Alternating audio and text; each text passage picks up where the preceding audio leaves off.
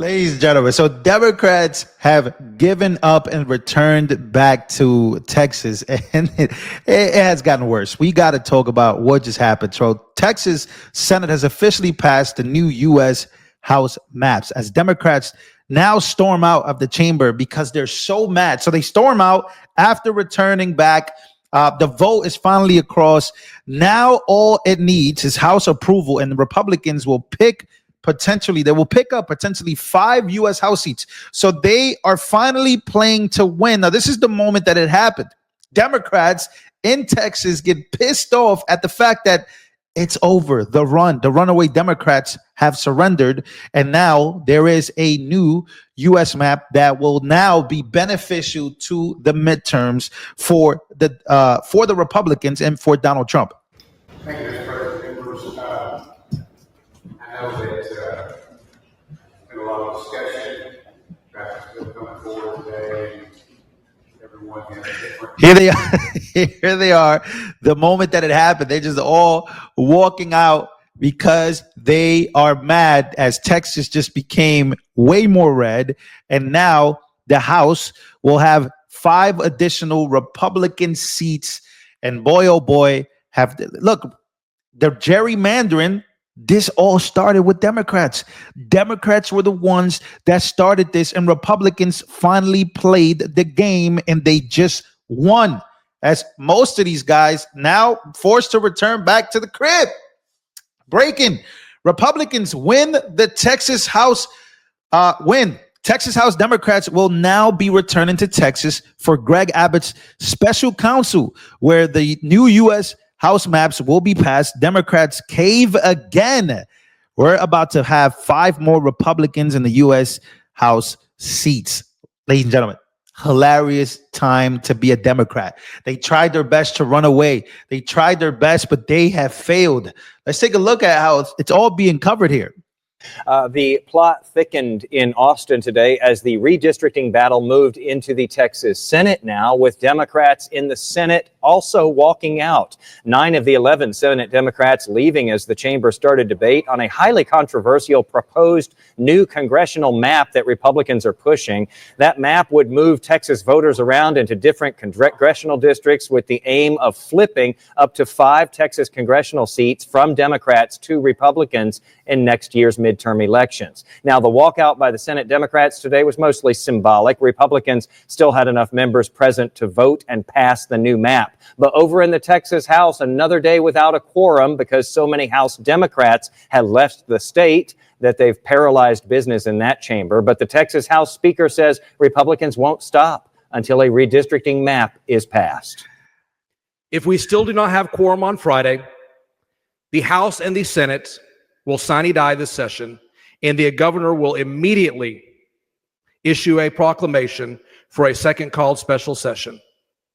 We will gavel in for the second session Friday and reestablish the call of the House. So now we know that they are returning back, and they have returned back, and now it's pretty much passed. So Democrats again crying, going to Illinois with J.B. Pritzker, going to California with Gavin Newsome, and all this gerrymandering again that they've done throughout the decades have now collapsed. They just collapsed.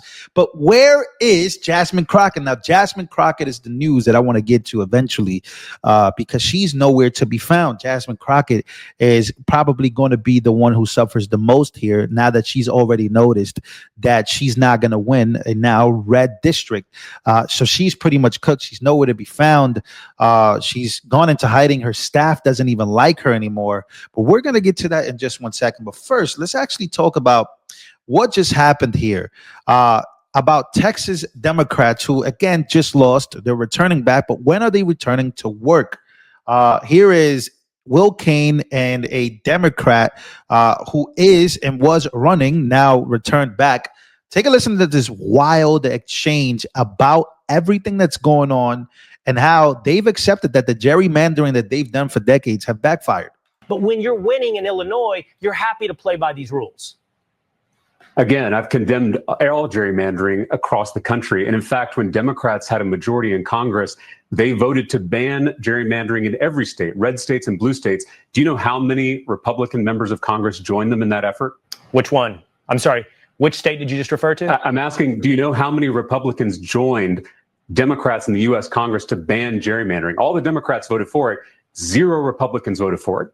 0. It's an odd. So it's an odd. you can spare me odd. the both sides rhetoric. It's clearly one side that is trying to rig the rules in the middle of the game. This is like 2 football teams coming out of the locker room at halftime, and the team that's ahead says they want to change the rules for the second half so they can win the game. All of us would be throwing food at the TV if that happened. We don't accept cheating in our politics. We don't accept cheating in our relationships. We shouldn't accept cheating in our elections. You've done the same thing as us, and we are going to, by the way, if you do it, we're going to ratchet it up even more, in the words of Gavin Newsome. My party has never...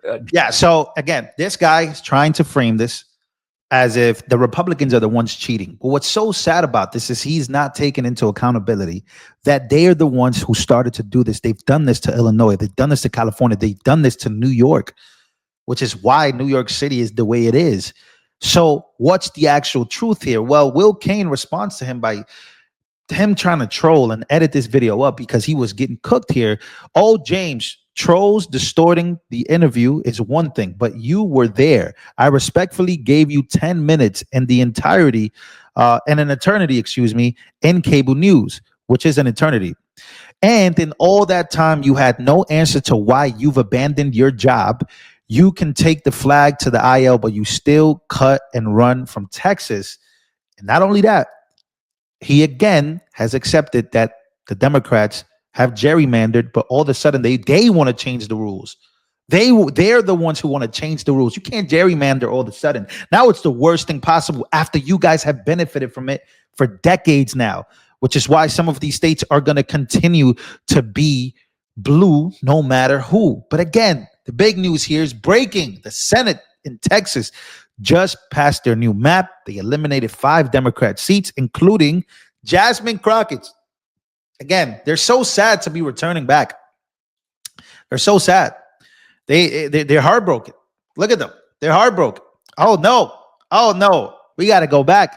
We have to go back. But this thing gets even interesting. Democracy is at risk, says Gavin Newsome. Gavin Newsome says democracy is at risk because Texas might redraw its districts. But in California, Harris got 58.5% of the vote in 2024, and Democrats hold 82.7% of House seats. Republicans got 38.3% of the vote and just 17% of the seats. Replace the word democracy and the Democrats' political power words, and suddenly his outrage makes perfect sense. Take a listen to this. It's a very interesting video of how they're trying to flip and make all this happen. Again, after getting cooked and surrendering. Hey, President Trump, it's time to stand down. It's time to make another phone call to Greg Abbott. This time, instead of calling him and telling him you're quote unquote entitled to 5 congressional seats, it's time to tell him to stand down. It's time to recognize that democracy is at risk. Remember what I said about Democrats talking about democracy being at risk. Remember what I said about Democrats talking about democracy being at stake, or democracy being on the ballot. When you hear Democrats claiming democracy is at stake, replace the word democracy with Democrats' political power. So what Gavin Newsome is really saying is Democrats' political power is at stake. So he's hiding behind morals and democracy in order to try to put pressure on Texas to not do something that would harm Democrats' chances at political power. Democrats in California were so worried about democracy and voters not being disenfranchised, their electoral map would look different. In California, 58.5% of voters voted for Kamala Harris and 38.3% voted for Trump.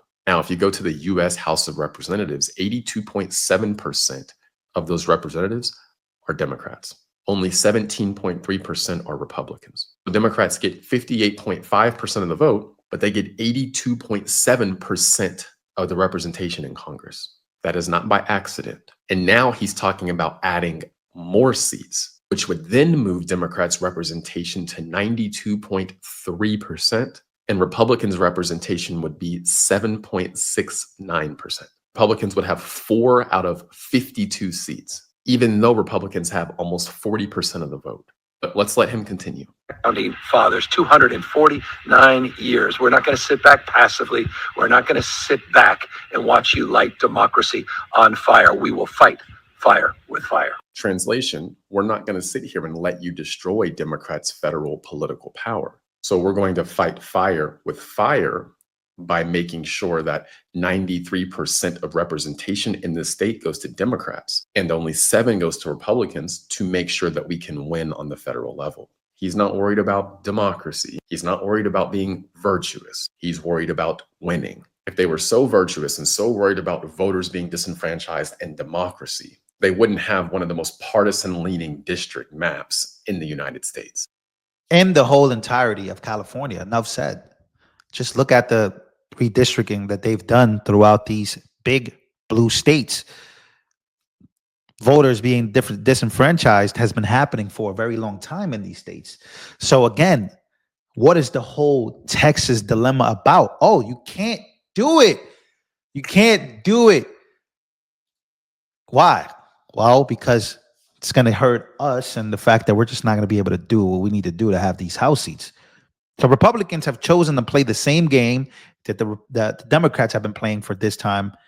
And now that the Republicans are doing it, the Democrats are now the ones basically bantering together and throwing tantrums at something that they invented pretty much, that they're the ones doing. Now they must face the consequences of coming back to do their jobs because it's already over. They've already lost.